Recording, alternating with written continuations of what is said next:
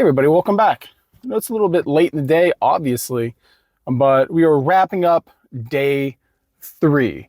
I didn't get to do a video on day 2 last night, but it was successful as well, even though the wife is trying to sabotage me constantly. She has brought in brookies from Whole Foods, which are 400 calories a piece, and I had half one, but it's getting to the point where it's going to become an unhealthy habit where she brings in sweets and snacks, which are a weakness of mine, obviously.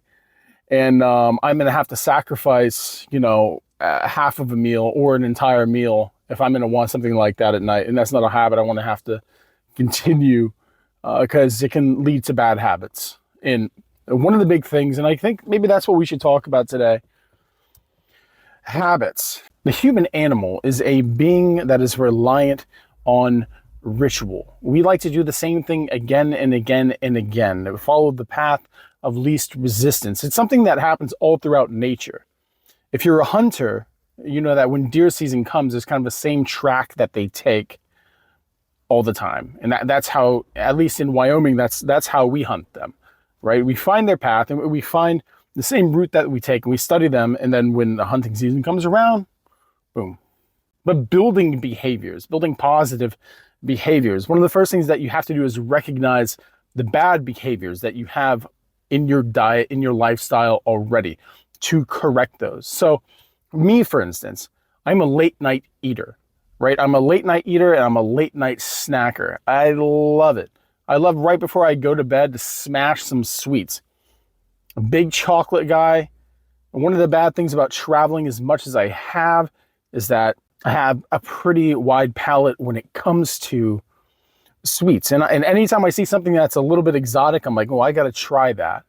So I've got to say no. And that's why I kind of have a hard cutoff time for my eating at about 9 to 9:30, which can be difficult because depending on when the baby goes to sleep, you don't exactly have time to have food every day at the exact same time. But, there's something we're just going to have to overcome. But the calorie restriction has been going well. But that's another habit that I have that I have to recognize is that throughout my life, I've had to lose weight, either for wrestling or for the military for weigh-ins. And it's built into me an ease to kind of lean on crash dieting, just to have a few weeks, a month and a half where it just, I put myself in the position where I'm taking in far too low of a calorie count. And when that happens, I'm ravenous all the time. I get weak. You're prone to injury. Like I'd go running and, my joints would start hurting. And that's why I say in the last episode that your basal metabolic rate, it's so important not to go below that because that's the calories that you need for your body to kind of just maintain its structure.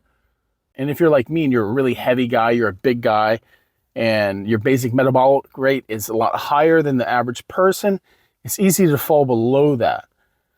And it's a dangerous thing because you can see weight just kind of melt off your body. But again, the problem with that is that you get too used to the extremes. And it's something that I think is built into our culture is that we chase extremes, whether good or bad. Drinking culture in America is one. We love to drink in America, and when we drink, it's usually not one or two.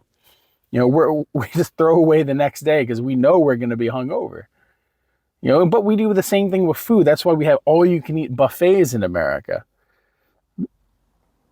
This is why our portion sizes are so big.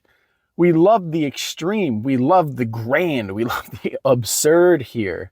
And it can be amazing, but at the same time, it can be detrimental to your health, obviously. So try to recognize these things and make a correction. Like I said, for the late night eating, I have a cutoff time. And I'm trying to institute kind of an intermittent fasting where I don't eat until 11 o'clock. That's pretty easy because in the morning, I have filming, I have editing, I have to take care of the baby. So usually it's just going to be coffee at that point with milk. No sugar. Haven't put sugar in my coffee for a few days now. Doing pretty good with that.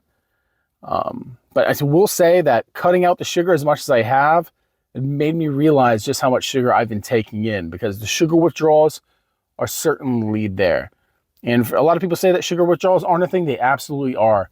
Refined sugar and processed foods are filled with poisons and preservatives that do a kind of untold damage to your body.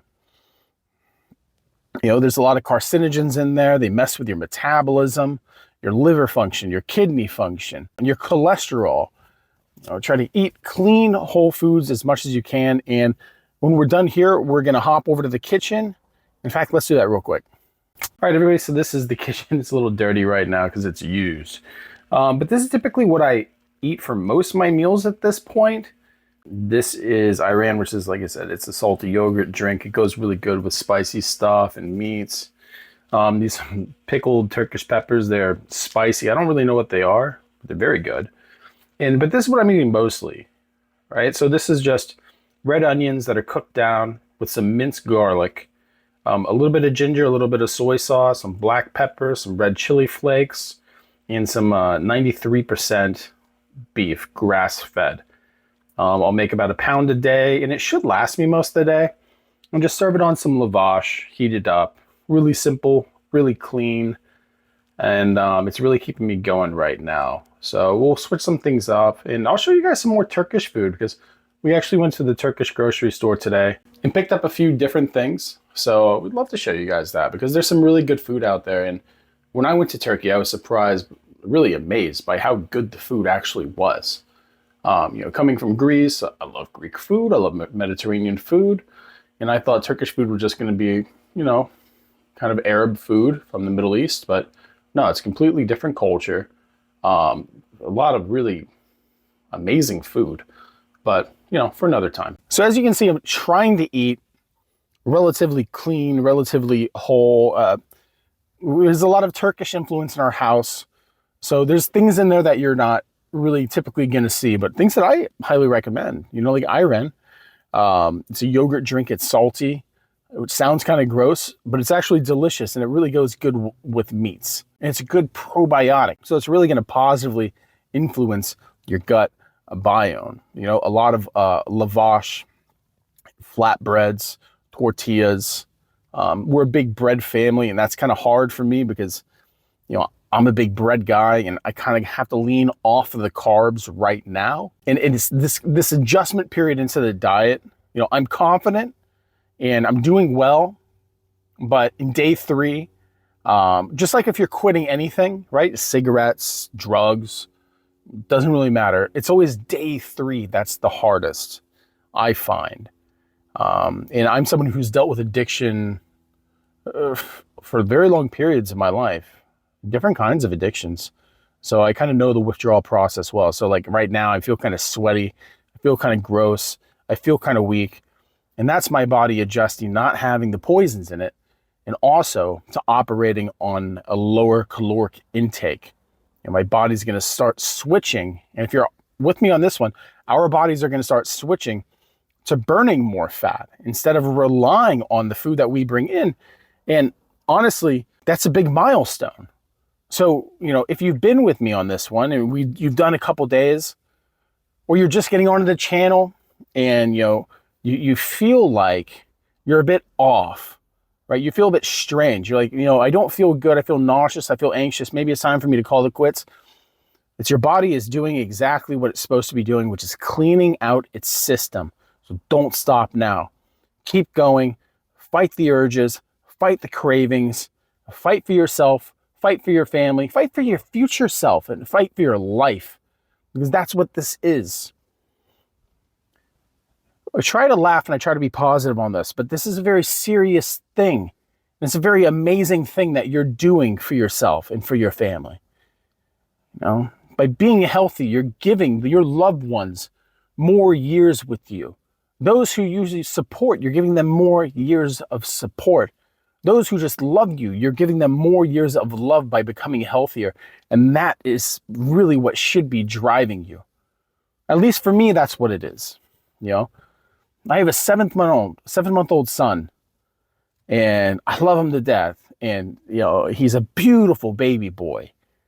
And I'm so happy and thankful that he's so healthy. But one of the things about having a kid at 40 years old, 39, but 40 now, is that I realized that when he becomes an adult, I'm going to be an old man. And I've lived a very hard life, a very physical life, some kind of a violent life. And I haven't treated myself well. So this is more than just a 100-day challenge, right? This is a war, and every day is a battle. And at the end of it, I want to win. I want to be victorious. And not just for me, but for my son and for my wife. Because I've lived my entire life without a real healthy kind of family. And now that I have it, I realize how amazing it is and how important each of us are to each other. So find the purpose that you need to stay on this diet and just maintain and treat every day like it's a battle. But it's a battle that you've chosen. It's a battle that you have the advantage of, because no one's pushing you to eat except you. No one's saying to pick up the fork. No one's shoving the delicious Whole Foods brookie into your mouth. It's choice. And you have to ask yourself, does this choice go against my purpose? And if it does, say no. Because embrace it. Embrace the fight. I'm someone who's had to fight a lot in my life, but figuratively and literally. Whether it was in the ring, whether it was in real life. And you're always in the fight until you choose not to be, or until you die. So maintain and don't stop. Find your purpose. If you have any questions, throw it in the comment section. It just kind of had to pop in to this one and get it out. As far as day 2 goes, hey, day 2 was a very busy day. I probably had about 1,200 calories by the end of the day. And I do feel a little bit lighter, but today I'm definitely feeling the calorie restriction and it's getting hard, but we're pushing through. We're pushing through, and I'm excited for day 4. And after day 4, I'm going to be excited for day 5. And I hope if you're on this with me right now, whether this is day 1 for you, day 15 for you, I hope you're excited for day 2. I hope you're excited for day 16. And that's what we're here for on this channel. So please like and subscribe. Become part of our community. Tell us what your strategy is. Tell us where you're at right now. And more than that, tell us how you feel. And if you have a little bit of extra time and you really feel like being vulnerable, tell us your story and tell us what your purpose is. And I love this channel. It's just starting. And it's a complete shift from the other channel. And, I would love to see this grow. And I would love to see this community grow. And just be a kind of beacon of hope and positivity that I think we need to drive ourselves through. Like and subscribe, guys. Have a good one.